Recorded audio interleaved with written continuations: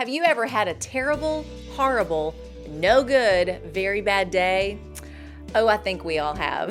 In 1972, we were introduced to the children's book, Alexander and the Terrible, Horrible, No Good, Very Bad Day. In the story, Alexander is an 11-year-old boy who has a really bad day. In the midst of his gloom and despair, he decides to make a wish that everyone else in his family could relate to the horrible things he was going through. The next day, he wakes up to chaos, and his family is in complete disarray. The parents overslept, miscommunication is causing countless mishaps, the car won't start, sickness hits the house, important meetings go downhill, and much more. The day could not get any worse, but then at one point, Alexander confesses to his family about the wish he made. Together, they decide to look at it all from a different perspective. They resolve to stay positive, no matter what the rest of the day may bring. Things surprisingly turn around, or at least work out for good. The family works together, and no longer do the circumstances get the best of them, but they get through it and actually have a great time as a family. The terrible, horrible, no good, very bad day ends up being one of the best days for Alexander, and he wishes for more like it. It's tough to look at the positive when you're faced with negative. But isn't it the truth? How we see things matters. And is what we are faced with really negative? Look at the dandelion.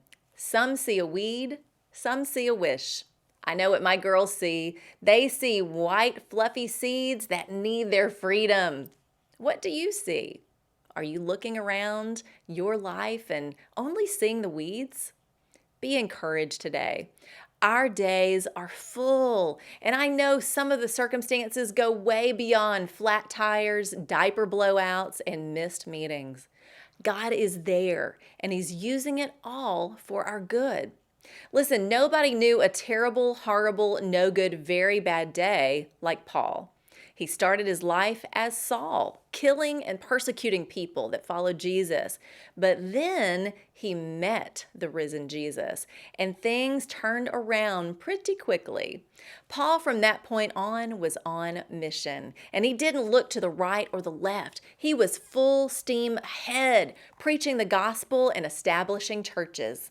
Because of this new mission, however, he then was a target for persecution. Read 2 Corinthians chapter 11. Starting around verse 22, we read all the suffering that Paul has endured.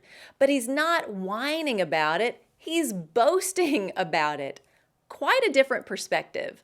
His list of horrible circumstances included 5 times being beaten to near death, being beaten with rods, stoned, 3 times shipwrecked, literally lost at sea for a day and a half. And perils left and right. Paul faced perils with robbers, Gentiles, Jews, in the wilderness, on the sea. He faced sleepless nights, hunger, cold, and thirst. Paul's situations were like no other you could compare. Yet Paul's perspective was completely filtered through the lens of a surrendered life and faith in Jesus. He knew God got all the glory through it all, through his weaknesses, through his suffering. That's why he could boast and why he wrote these words in Philippians 4:11.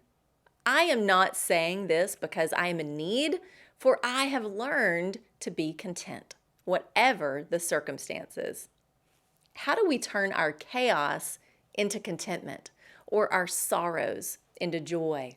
Like Paul, we need to meet Jesus. When we do, He gives us a new perspective. We rejoice in all things. We have hope, joy, and peace, even in the middle of our most horrible, no good, very bad days. That's the truth. Don't just see the problems today. See the possibilities of what God is doing in and around you. I'm Cline.